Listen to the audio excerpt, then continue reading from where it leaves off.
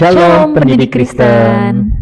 Selamat datang di channel Guru Kristen. Ya, Obrolan kami pada malam hari ini akan membahas tentang bagaimana seharusnya kita sebagai orang tua Kristen merespon kebakaran di Los Angeles. wah ini lagi jadi trending topik ya. Benar. Mungkin sudah lebih dari seminggu terjadi.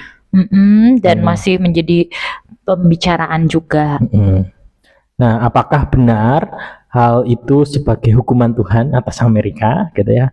Lalu bagaimana kita sebagai orang tua Kristen mengajarkan anak-anak tentang bencana-bencana yang terjadi di dunia ini? Ya, ini penting nih, karena kata-kata hukuman ini memang secara konteks negara kita memang lagi hot juga. Iya, azab kalau dibicarakan. di negeri Azab bahasanya ya.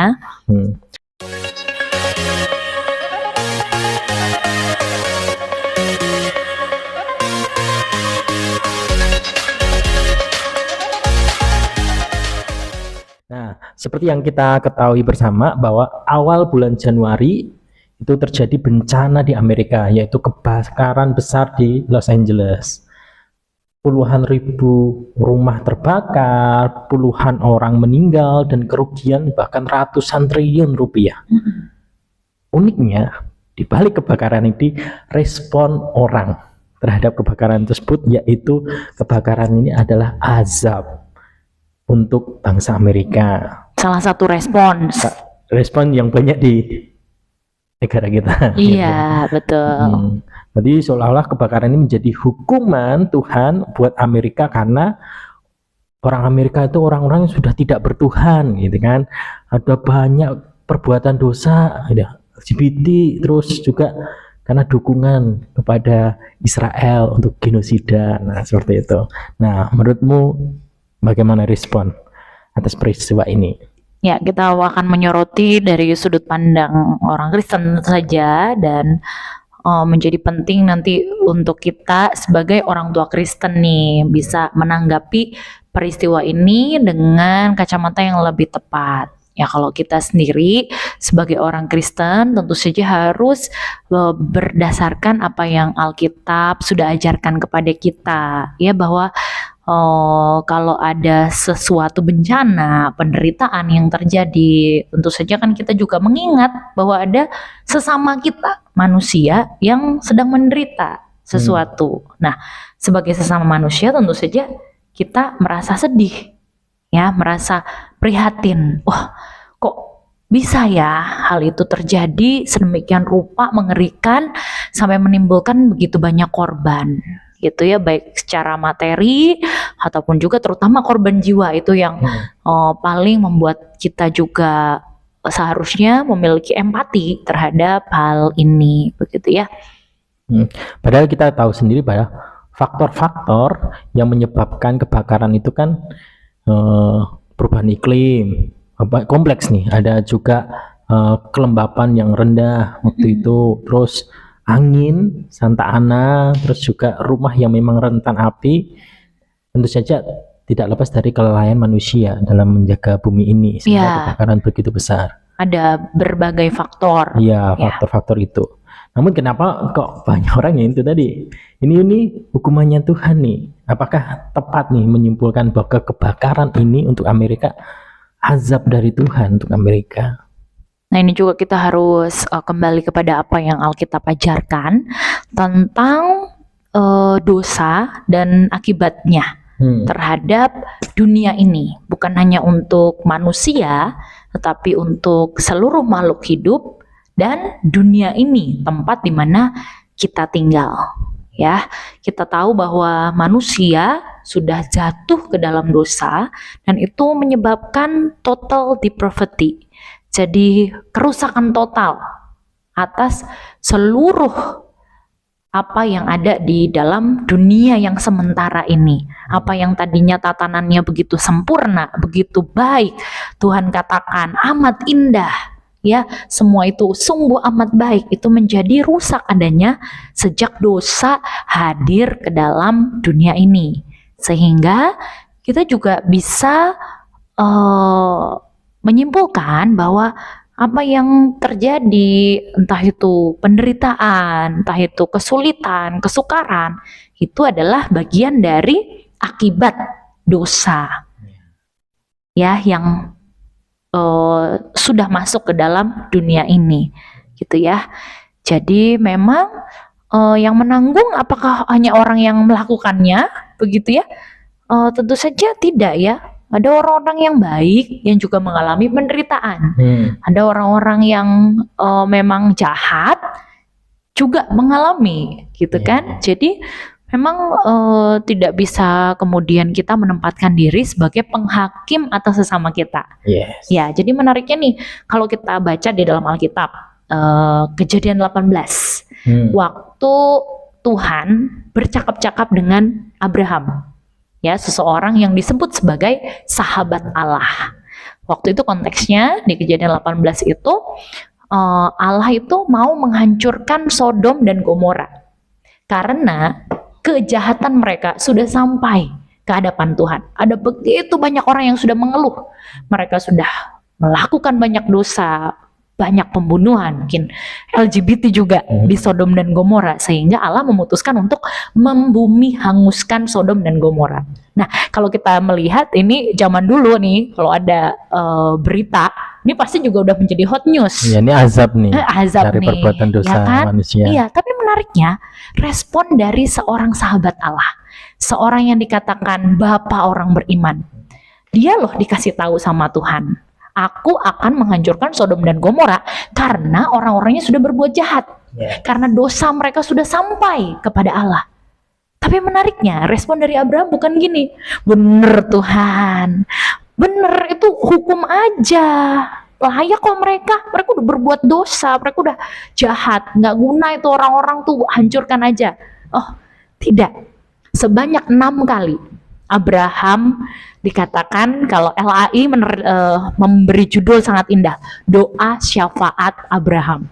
Jadi yang dia timbul di dalam hatinya ketika dia tahu ada penderitaan yang akan menimpa sesamanya, sekalipun itu adalah hukuman atas dosa mereka, dia tidak merasa lebih benar daripada orang-orang itu. Dia tidak pernah juga menjadi hakim untuk orang-orang itu, tapi yang dia lakukan adalah dia berdoa untuk mereka. 6 kali dia memohonkan, Tuhan, kalau ada orang benar di sana, ya sejumlah sekian gitu ya, bagaimana Tuhan, bagaimana belas kasihan-Mu untuk mereka. Jadi ada sebuah belas kasihan ya dari seorang yang beriman kepada Allah terhadap sesama yang sedang menderita. Nah, ini sangat menarik dan saya pikir ini juga menjadi contoh ya, teladan bagi kita bagaimana ketika kita menghadapi fenomena penderitaan yang dialami oleh orang lain. Ya. Aku jadi ingat ceritanya Yunus sih ya. Iya ya. Yunus itu juga nggak terima loh kalau Tuhan mau menyelamatkan orang-orang Niniwe. Karena Yunus itu sangat tahu bahwa orang Niniwe itu jahat minta ampun. Tetapi hati Tuhan ingin menyelamatkan orang Niniwe. Nah, demikian juga kalau kita melihat orang-orang dunia ini, apakah semua orang dunia ini sepantasnya itu kena azab loh, kena hukuman kekal kan, karena mereka semua berbuat dosa. Nah, jadi kalau melihat lagi kasih Tuhan ini juga pada mereka. Tapi masalahnya, mengapa Tuhan kok izinkan itu terjadi, penderitaan, bencana-bencana ini alam terjadi? Ya tahu itu karena hukuman kerusakan dosa manusia yang membuat alam bencana ini terjadi, penderitaan ini terjadi karena dosa manusia. Tapi mengapa kok Tuhan mengizinkan itu terjadi ya? Padahal kalau dia Tuhan yang baik, yang kasih, ya udah tidak usah aja, kan di sana juga ada orang-orang baiknya gitu kan. Gimana menurutmu? Ya, ini memang menyajikan sebuah realita buat manusia bahwa manusia itu serapuh dan selemah itu. Ya, hidup di tengah-tengah dunia yang tidak ideal, hidup di tengah-tengah dunia yang sementara adanya hari ini berkecukupan, bisa saja dalam 1 detik semua musnah, sehingga hal yang seperti itu akan membuat manusia itu sadar siapa dirinya di hadapan Allah dan siapa Allah itu, begitu ya. Sehingga hal-hal yang tersebut ya memang realitanya terjadi di sekitar kita. Ya, melihat apa yang sudah terjadi, dan kita ini cuma salah satu bencana. Kalau ini lihat penderitaan manusia ya, di luar kebakaran di Los Angeles ini, kita melihat, waduh, kok seakan-akan Tuhan kejam ya, kok seakan-akan Tuhan membiarkan ini terjadi. Ya justru itulah kita melihat bahwa kita manusia tidak berkuasa. Butuh yang namanya juru selamat untuk kita. Butuh namanya manusia itu bergantung pada Sang Pencipta itu. Justru malah menyadarkan kita akan hal itu ya. Nah, kita udah melihat nih. Terus bagaimana kita sebagai orang tua Kristen mengajarkan anak-anak kita melihat penderitaan bencana alam yang terjadi.